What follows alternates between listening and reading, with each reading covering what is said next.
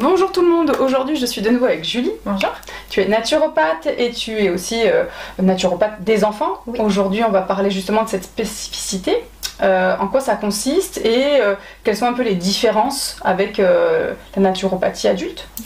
Alors, oui, je suis spécialisée en naturopédiatrie, donc de l'enfant de 0 à 18 ans, donc vraiment j'accepte les enfants dès la naissance. Okay. Alors, il n'y a pas de spécificité par rapport à l'adulte, c'est de la naturopathie qui est adaptée.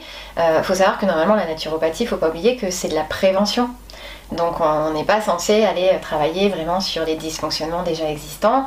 Donc là le but aussi sur la pédiatrie, ça va être justement d'essayer de mettre toutes les bonnes choses tout de suite pour que à l'âge adulte, l'enfant n'ait pas de dysfonctionnement au niveau médical. Et en fait on peut aller travailler sur la totalité des problématiques malgré tout que les enfants ont. Quand les bébés arrivent, j'ai beaucoup de coliques, j'ai beaucoup de reflux, de constipation, ces genres de choses, on va pouvoir aider l'enfant, aider le bébé à soulager. Après, faut pas oublier aussi que la naturopathie, ça va être la première intention, c'est l'alimentation. Une grosse base, hein. Voilà. C'est pour ça que c'est toujours bien d'avoir les parents pour faire un petit point tout à sur... fait. De toute façon, moi, les consultations, les parents sont toujours là. Déjà pour les tout petits, mais même pour les plus grands, en règle générale, les parents sont là. Ça m'arrive de faire sortir les parents quand les enfants n'osent pas me dire quelque chose et que je le vois parce que maman ou papa est là. On se prend trop de place. À ce moment-là, ça m'arrive de faire sortir les parents si les enfants veulent me dire des choses. Mais les parents sont toujours là en consultation. Bien sûr. Mais l'alimentation, est primordiale. Le fait d'aller mettre une alimentation adaptée va éviter justement ce qu'on entend beaucoup, l'obésité. Faut pas oublier que les enfants qui mangent un paquet de chips, qui boivent des canettes de soda, ce genre de choses, une canette de soda, on est à 7 sucres. Oui, c'est énorme. C'est quasiment la quantité de sucre que l'enfant a besoin sur sa journée. Exact. Le bol de céréales le matin, c'est une aberration. Exactement. Voilà, en plus de l'aberration de la quantité de sucre, ça va créer une hyperglycémie, puis une hypoglycémie à 11 heures. Exactement. Les enfants vont être irritables, vont pas tenir en place, ne vont plus arriver à se concentrer. Et à l'école, on va vous dire, non mais votre enfant, j'en peux plus. Donc en fait... Alors, je vais compléter tes propos parce qu'il y a une étude qui a été faite sur 3 semaines en Australie il y a des années et ils ont arrêté, autant à l'école qu'à la maison, les parents ont bien voulu faire le jeu aussi, d'arrêter les perturbateurs endocriniens, tout ce qui était les le sucre, donc la cantine et les parents ont joué le jeu. En quelques jours, ils se sont rendus compte que les enfants coopéraient plus. Les enfants qui étaient isolés avaient bizarrement des copains et des copines, qui avaient plus d'empathie, plus de cohésion, moins de cris. C'était énormément moins bruyant la cour de récréation. Et du coup, ça fait des grosses révélations quand même. C'est ça. Et c'est très représentatif. Moi, j'ai des enfants qui sont venus où les parents me disent « Ouais, il est hyperactif, il tient pas en place, il crie dans tous les sens, il court dans tous les sens. » Mais oui, mais son alimentation était alimentée, c'était du sucre quasiment toute la journée. Et le temps d'écran et ce que regardent les enfants. Ça vient en plus. Il y a énormément de facteurs. Mais on est sur une hygiène de vie globale, donc effectivement, on va prendre le sommeil, on va prendre l'alimentation, on va prendre les émotions. Nombre d'enfants où je suis obligée de mettre des fleurs de bac justement pour travailler sur le côté émotionnel parce qu'ils n'arrivent pas à réguler, sur la respiration pour essayer de s'apaiser, un gros coup de colère, un gros coup d'énervement.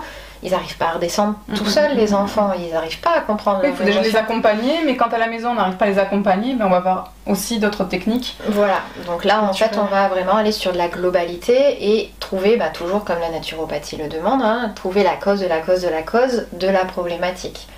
Ça c'est plus chez les grands.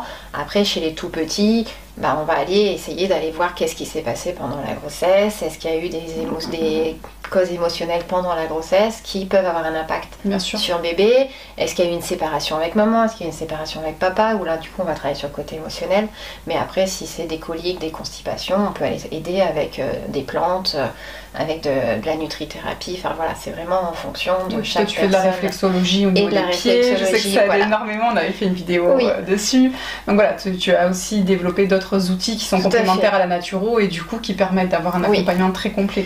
Chez les enfants, les consultations en naturopédiatrie, en règle générale, je fais toujours de la réflexo en fin de séance qui aide en fait donner voilà, un coup de pouce à l'enfant. Quand c'est des plus grands, 7, 10 ans, 12 ans, en règle générale, ils aiment bien. Ils se disent « on s'est occupé de moi, c'est génial !» Oui, c'est vrai, moi quand j'amène mes loulous chez l'ostéo ou quoi, ils sont ravis parce qu'on prend soin d'eux. C'est ça. Et on prend pas suffisamment soin de nos enfants et on a facilité à dire « ah bah il a mal là, je vais lui donner ça ». C'est quand il y a un souci qu'on attend, mais même pour nous, j'observe que c'est une culture très occidentale, contrairement en Chine où on n'attend pas d'aller mal pour se faire soigner puisqu'on consulte le ou la médecin uniquement en prévention, enfin pas uniquement mais très souvent en prévention. Prévention, là c'est la rentrée scolaire est souvent signe justement de système immunitaire qui va commencer à s'affaiblir, des rhumes, des toux, dans l'hiver. Et puis les petits qui ont 3 ans, leur rentrée à la collectivité où on va avoir ils sont malades pendant 3 ans d'affilée là. Voilà, en fait c'est un système immunitaire qui doit se mettre en place, mais on peut l'aider. Et on va faire de la prévention. J'ai de nombreux enfants qui viennent en début septembre justement en disant l'hiver arrive, qu'est-ce que je peux faire pour éviter que mon enfant fasse comme les années précédentes, des rhinites, des otites, des allergies, des choses comme ça à répétition. Donc là on va être vraiment sur de la prévention et travailler, donc on va travailler sur l'alimentation et sur le système immunitaire. Parfait, très bien. Est-ce qu'il y a autre chose que tu aimerais dire sur le sujet, Julie?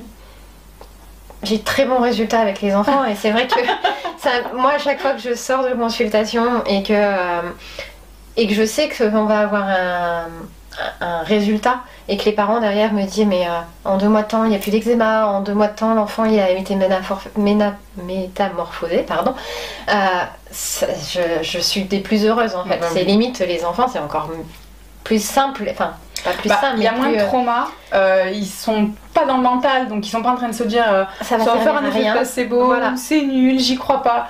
Ils sont dans l'instant T et c'est plus sain, je trouve, c'est plus facile. Voilà, même si ça peut durer plusieurs mois, parce que c'est pas non plus en claquant des doigts. C'est pas magique. C'est pas magique. C'est moins compliqué. Mais par contre, les résultats qu'on a, c'est hyper positif. Enfin, c'est stimulant. C'est stimulant, c'est vraiment le truc qui me donne envie de continuer à faire les enfants et de proposer aux parents de pouvoir accompagner leurs enfants.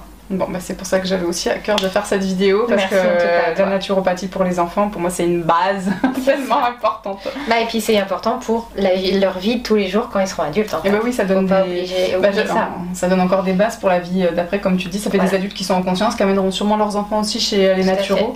Et ça fait des belles générations en conscience. J'espère. Merci beaucoup, Julie. Merci à toi. Merci à vous de nous avoir écoutés. On vous dit à bientôt.